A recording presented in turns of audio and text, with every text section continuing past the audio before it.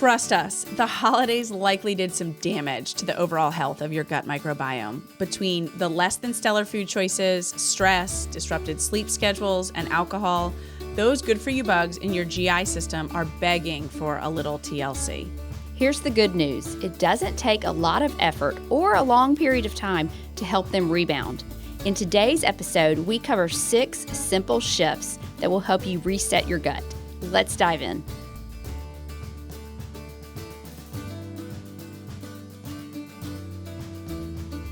Okay, the holidays are behind us. I'm pretty excited. We're in a new year. Exactly. But here's the thing. I feel like all of our listeners will resonate with this. And actually, I don't want to speak for you, Carolyn, but I'm going to speak for you. I'm pretty sure that we have done a lot of things over the last few weeks, many weeks, since Thanksgiving that have really done some damage on our guts. Oh, I know I have. And I know you have too, because I've been with you a lot. Exactly. Yep, exactly. So you had this great idea and you were like, let's do a gut reset. Yeah, because I personally want to reset my gut and rebuild it. Yeah, me too. From the holidays. Me too. And I thought, well, if we're wanting to know the best things to do to get back on track with our gut health, I bet listeners might too. Yeah. So we have 7 things, pretty easy things to do that research says can make an impact on your gut health. And a lot of what we mean by gut health or improving your gut health is increasing those number of good bacteria, but more specifically increasing that diversity of the strains of that good bacteria. Yes. And promoting the good, encouraging the growth of the good bacteria and stifling the growth of the bad bacteria. Yes. Because there really are good and bad bacteria in your GI tract. Yeah. Well, and you may be saying, how do I know if I need a gut reset? I'm going to tell you after the holidays, you probably do. Yeah. But as one sign is if like bathroom habits have been off a little. We did an episode on that actually, and we made some suggestions for what you could do to get those bathroom habits back on track. Yeah. But if they aren't your norm, then I'm going to tell you, you probably need to work on your gut a little. And they say, this one survey I found said that 76% of Americans experience some type of GI stress that's outside of their norm during the holidays. I believe it. So constipation, diarrhea, cramping, bloating, you name it. Yes. And that's usually a sign, not always, but usually a sign, especially when it sticks around, is that your gut microbes have been altered somewhat. Yeah. And you need to help them out a little. Yes. So there are other things too that really can wreak havoc on your gut from the holidays, like stress is another one. So, well, yeah, we've got overeating and food choices. You know, we're not eating those high fiber foods. Oh, no. We're eating those refined carbs, those carbs with added sugars, higher fat things. So all of which do not necessarily support gut health. And some can even appear to have some kind of damaging or harmful effects on the gut. But we're also not eating the good stuff for your gut, like fiber. But one thing I read was stress. Stress impacts your gut so much. Well, then let me tell you what. My gut needs a serious fix right now. Yeah. Because the holidays are, especially as mothers, like they are so stressful. And you and I both hosted this year. So again, being the eldest daughter, we did an episode on that, and hosting. Mm-hmm. It's a lot. It's a lot. It is. Yeah. It is stressful. It is lovely, but it is stressful. Well, and this was going around on social media back in December. Is mothers are responsible for creating all of the magic, and that is so true. Yeah. Let me tell you. Let me tell you. So it may be. It doesn't really matter what kind of stress it is. It may be financial. It may be family relations. It may just be you have too much on your plate or did. But regardless of what kind of stress, it activates the sympathetic nervous system, which triggers the fight or flight. And when that stress sticks around, that's where you get into trouble. But basically, when that's triggered, it slows digestion, which is why when you're stressed, you often experience maybe issues like diarrhea or constipation. But it also triggers the release of stress hormones, which creates inflammation. So when that stress sticks around, it's really not good. Yes. So those are two big reasons, the food and stress, why our gut may need a reset. But also we've got two others that people may not necessarily think about. Yeah. Well, I mean, one of them is my go-to for holiday stress, and that's increased alcohol. Just pour a little wine on it, friends. We're going to fix that problem right there. Yeah. So obviously, more alcohol or not drinking in moderation, drinking way beyond moderation. As Carolyn looks at me is across not the table. Good for the gut and can have some harmful effects. But also one thing is like your disrupted schedules. You're all out of your schedule, but also how that impacts your sleep. Oh, I mean, like this morning, well, first of all, my daughter's been watching a TV show that has totally freaked her out. So now she's been sleeping in my bed the last 2 nights. I mean, that child's not getting out of the bed until 10. I'm getting out of the bed at 9. I mean, talk about disrupted sleep schedules. I mean, I had to like rally everybody to get in the bed last night by midnight. And even then was like pulling teeth. I know. We are all out of whack. Well, okay. So maybe you have some GI issues from the holidays that are still lingering that you want to get rid of, but maybe you don't. And maybe you're like, why the heck should I even maybe focus on resetting my gut?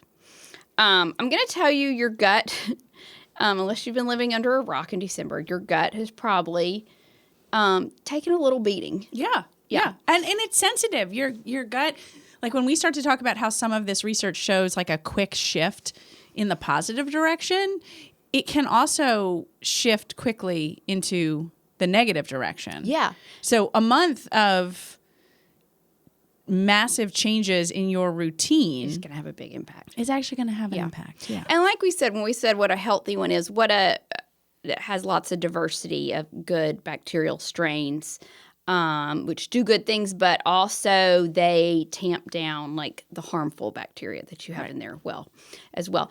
But so when you go through the holidays and you don't eat healthy things and you're stressed and you don't get the sleep that you need and you overindulge in alcohol, what that does is it kills some of the bacteria. It messes up that balance between good and bad, but it also lowers your diversity in those microbes. And just why that matters is they have associated low bacterial diversity in the microbiome with so many different diseases, inflammatory bowel, autoimmune diseases, like certain types of arthritis, type 1 diabetes, eczema, celiac disease, obesity, type 2 diabetes, arterial stiffness, which is what leads to heart disease. And I could go on and on and on. So you want to have a diverse gut. So it's never what we're going to suggest to you to do today is not a bad thing. But the other reason this is important, particularly this time of year, is because your gut is so intricately connected to your immune health. Mm-hmm. And what have we got? The super flu going? I feel like everybody I know is sick. I'm just trying to stay in my little bubble. Yes. I mean, none of my family, but we already had the flu once in our house. You did. So when your gut health is not at its best, your immune system isn't at its best. Right.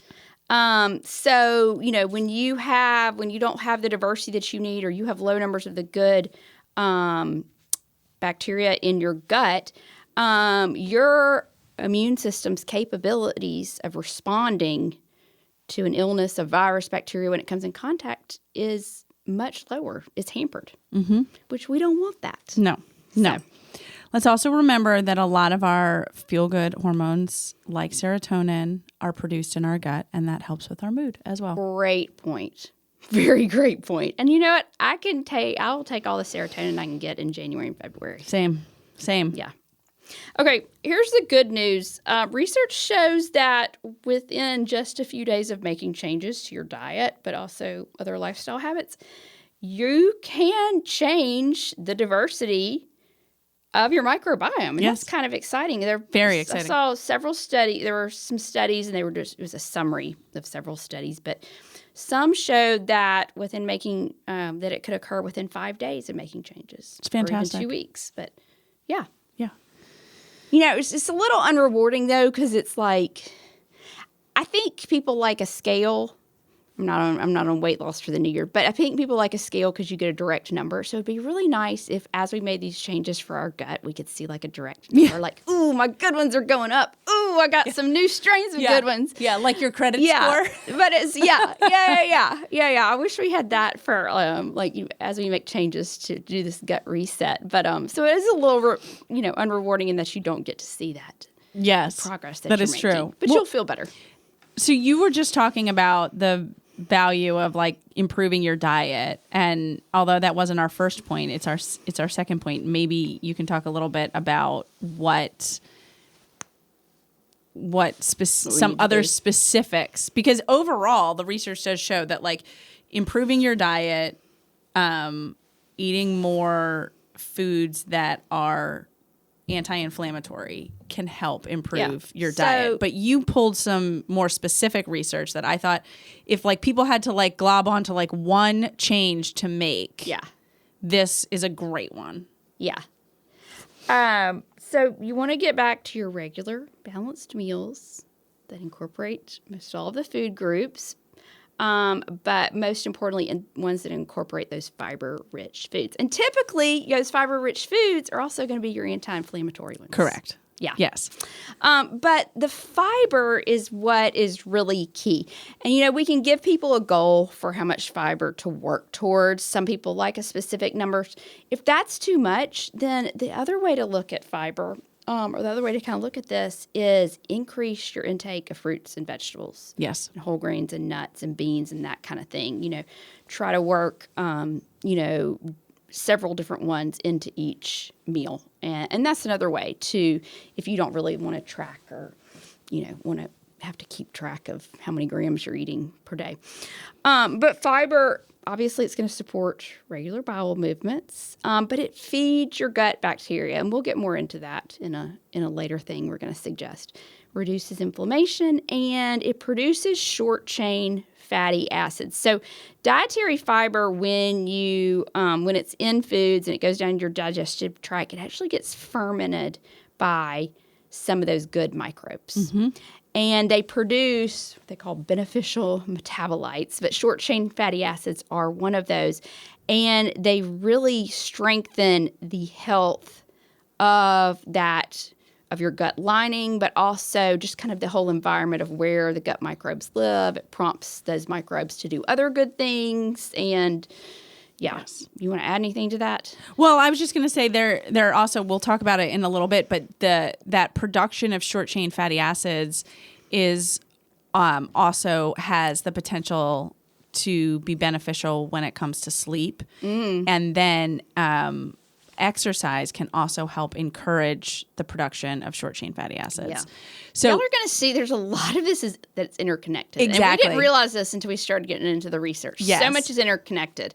So research has consistently shown that higher fiber intakes improve your gut health as well as your bowel function.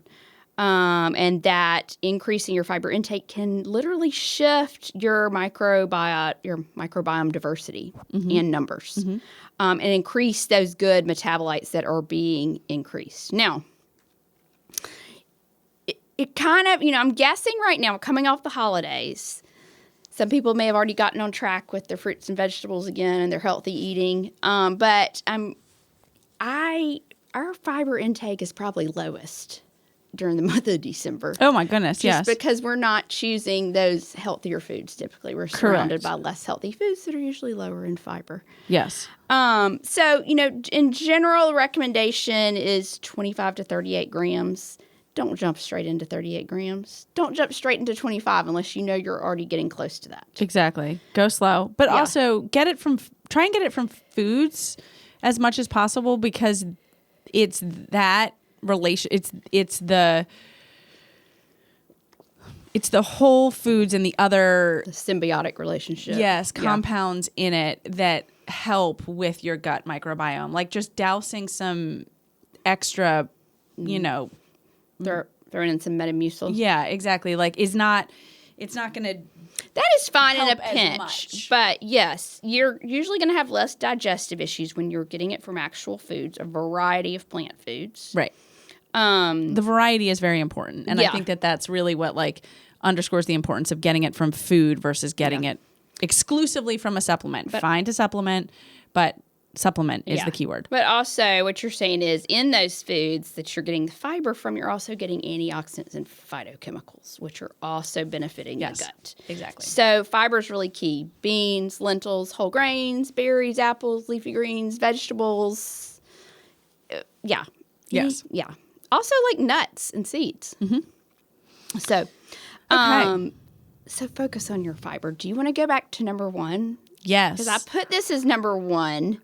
Yes. Because once I started doing research, I was like, oh my gosh. Yeah. This really doesn't have much to do with diet, but this is the most critical piece, I feel like, to the puzzle so that everything in your body and your gut can get back on track. Yes. So what is it? Sleep. I know. And I think there was a collective groan from listeners at this point. But here's the thing. So sleep plays this really interesting role in your gut health.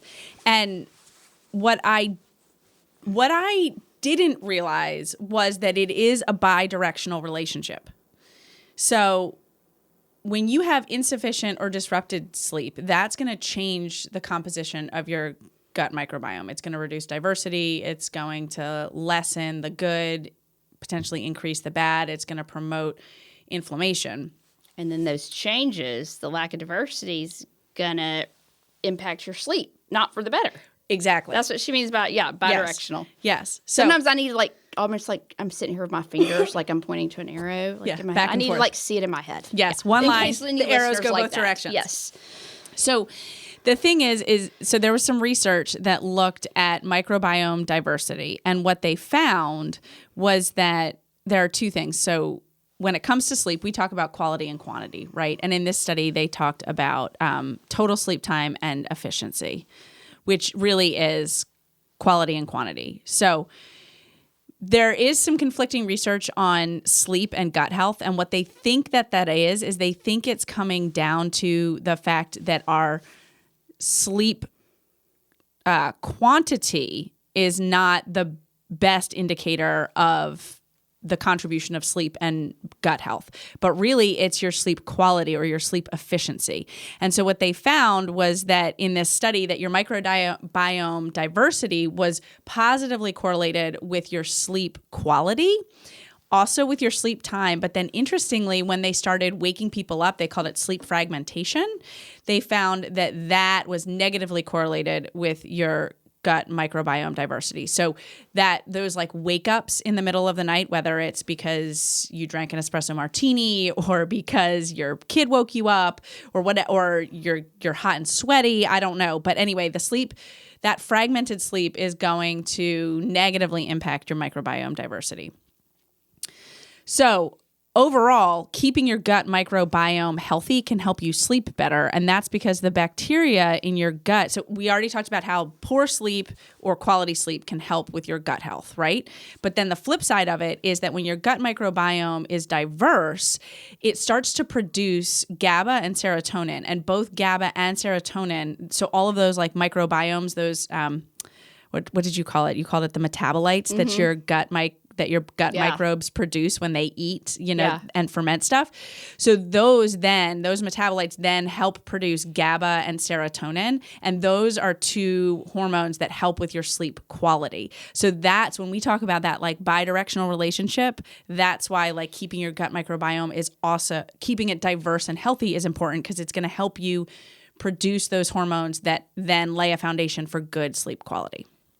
I don't think there's many people who wouldn't take more serotonin or GABA.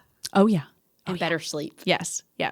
And then just because I couldn't help myself, in this study, it talked about how the consequences of sleep loss actually accumulate more quickly in women compared to men, and that women are at a higher risk than men for sleep loss-related mortality. Now, look, I know a lot of our listeners are women, and I know that that is a real Debbie Downer thing to say, but I just wanted to throw that out there. So if your male partner is talking about how little sleep that they really require, you do not feel bad about the fact that you needed some quality sleep.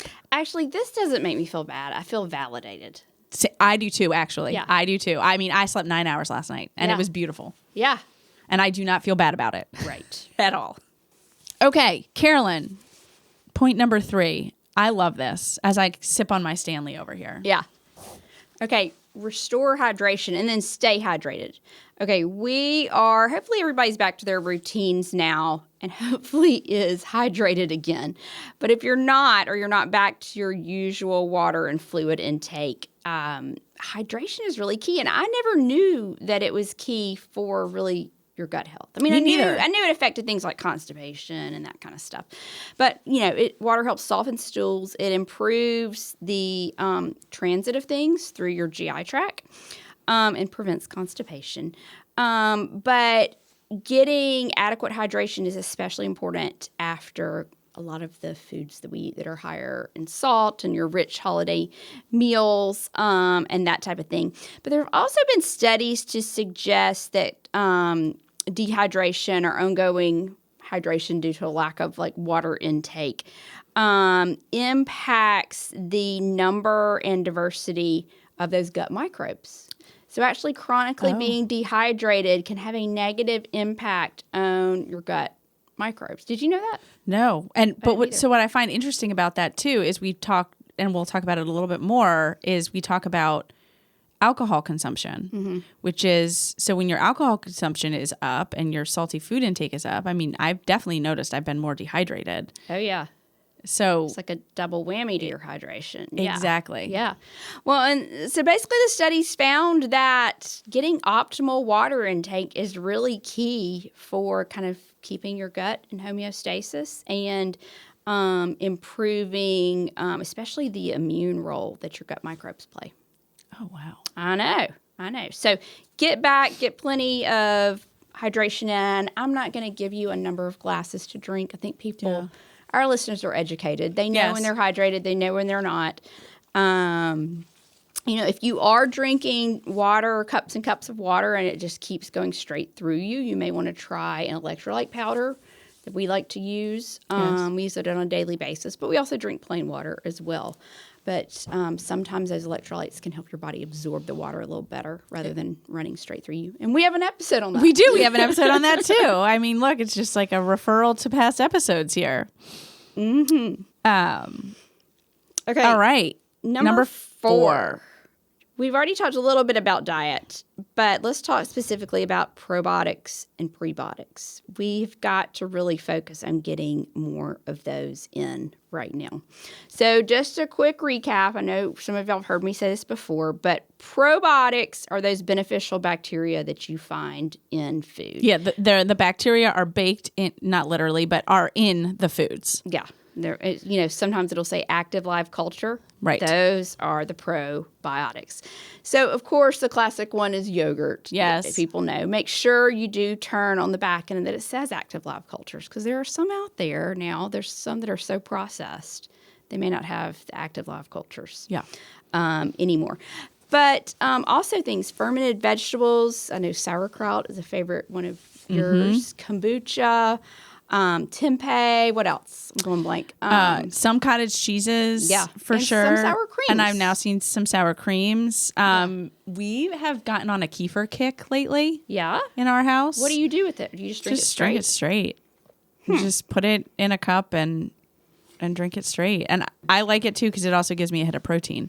Ah, good point. So I've been using it after the gym while I'm, making dinner. But that's been a great one in our house. And I did see one study. Now, it's a few years old now. I could not find it, though. And I couldn't find any new studies on it. But this study was suggesting that getting probiotics from food is more effective at rebuilding that diversity than probiotics from a supplement. I'm not saying don't take a supplement, but and it's interesting. There aren't many studies that look at that.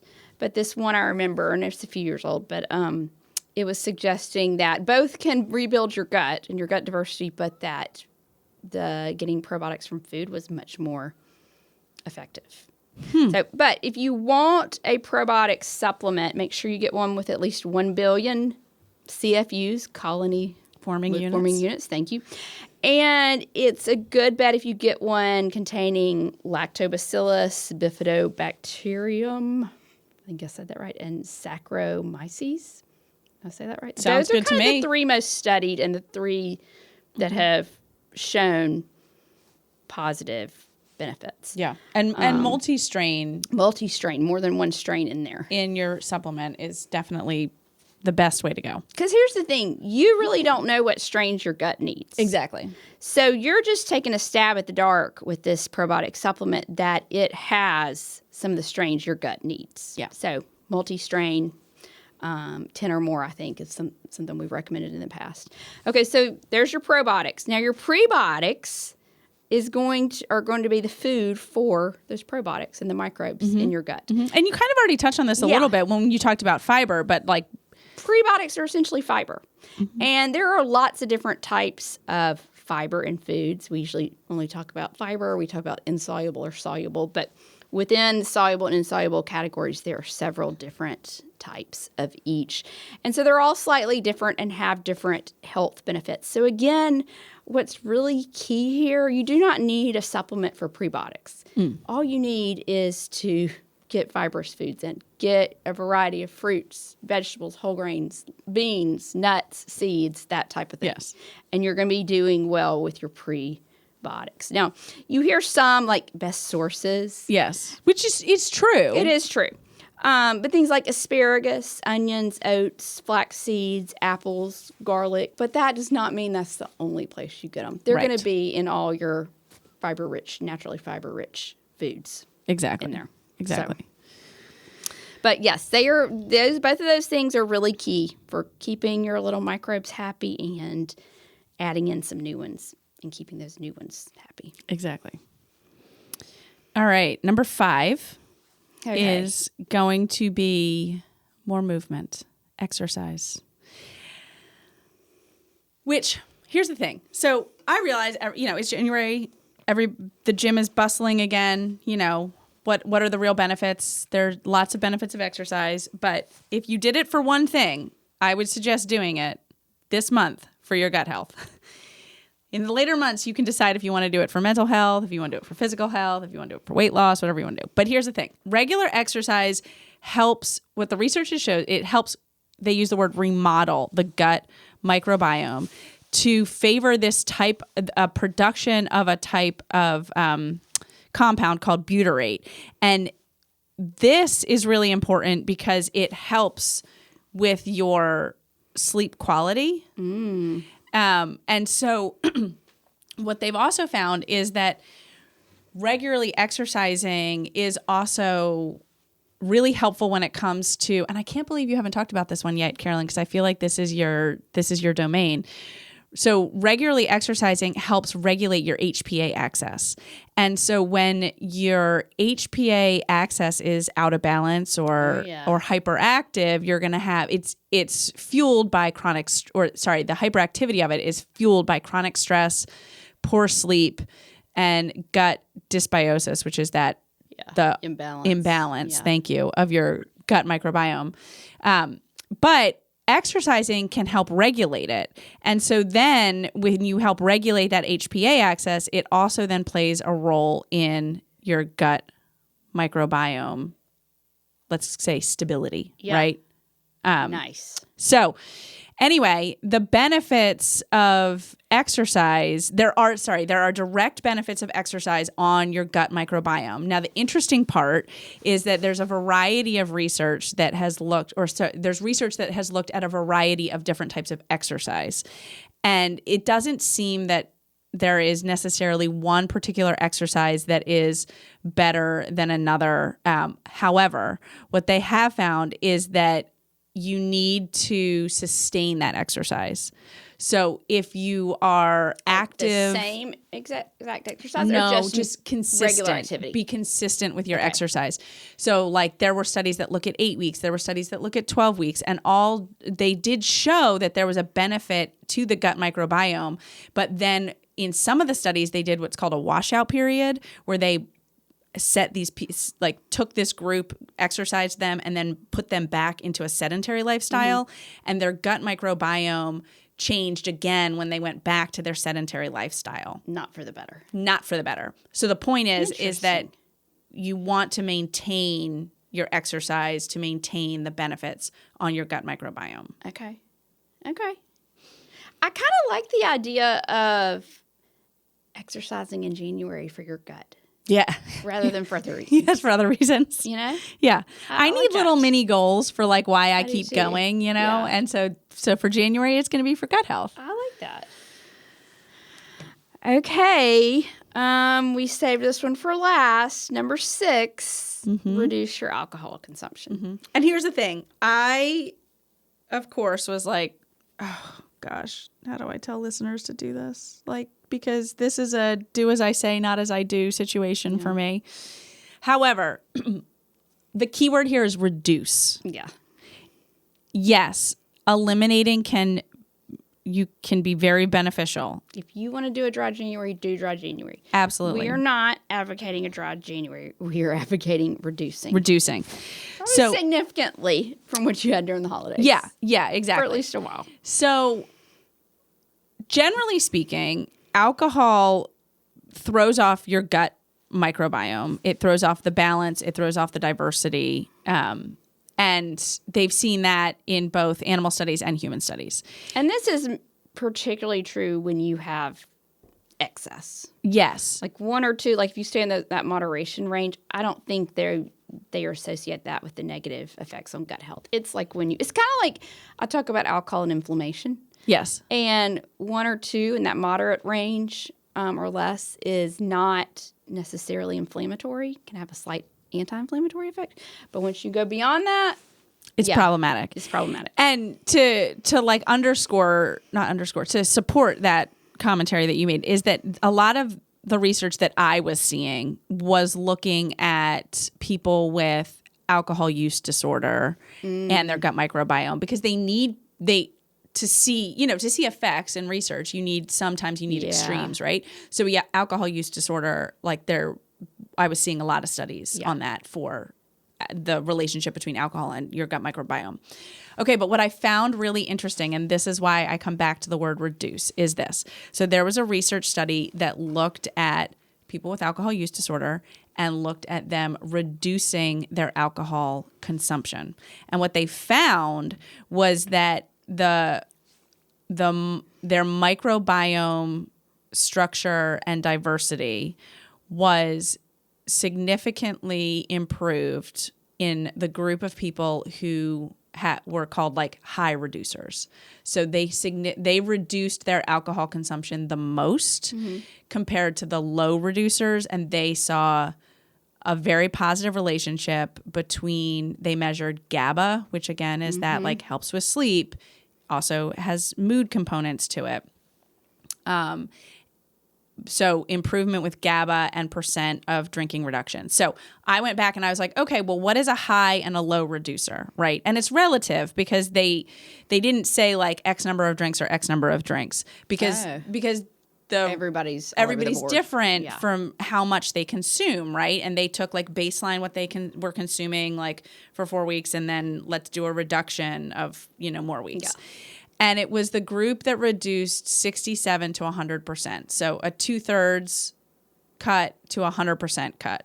Okay. Were the people. So that's why abstinence can be helpful in this regard. Yeah. Now, what was the low reducers? The low reducers was no change to a 1/3 cut back of their consumption. Okay. So statistically, you're going to see a benefit if you hit at least 2/3. I think the overall message is... And after the holidays, that's probably not hard to do. Yes. I would hope so. For me and you, at least. Yes, exactly. I'm telling ourselves. Exactly. Okay, so I do have one disclaimer about alcohol consumption and gut health. And what it comes down to is the type of alcohol you consume may impact your gut for the better or worse, depending on the type of alcohol. Really? So there is a study that I found that it compared red wine, gin, and then what they called de-alcoholized red wine.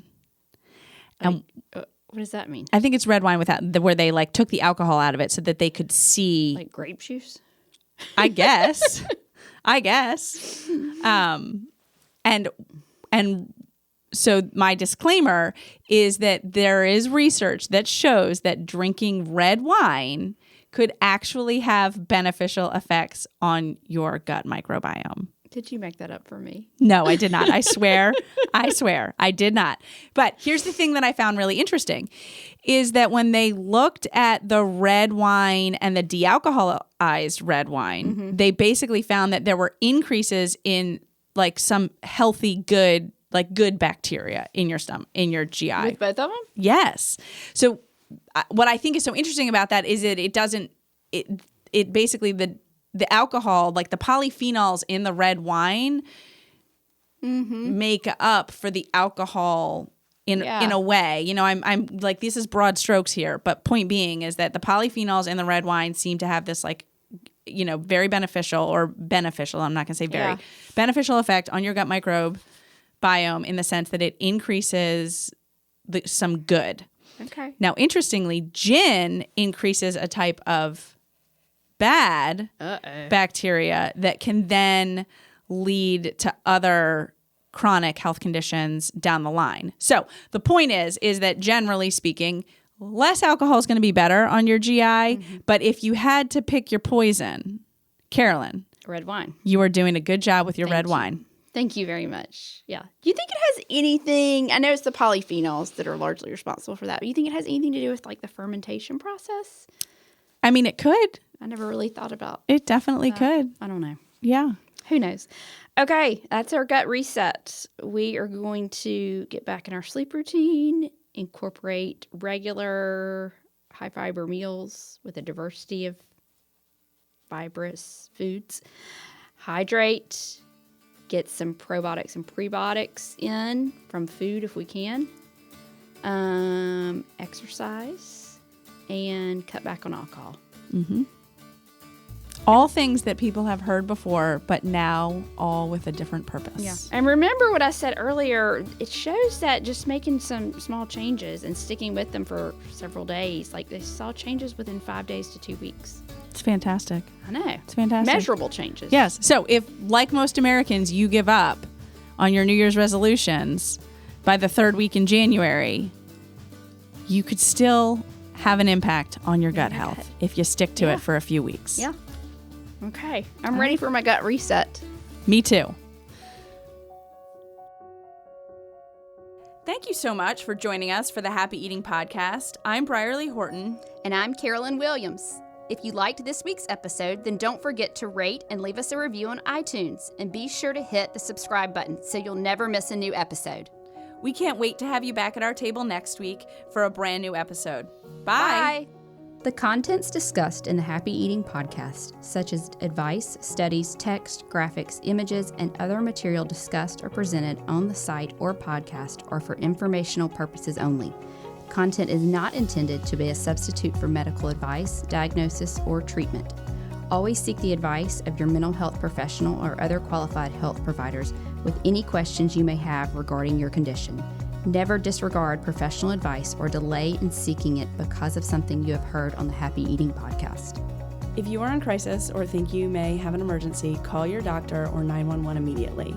If you're having suicidal thoughts, call 1-800-273-TALK, that's 8255, to talk to a skilled trained counselor at the National Suicide Prevention Lifeline. If you are located outside the United States, call your local emergency line immediately.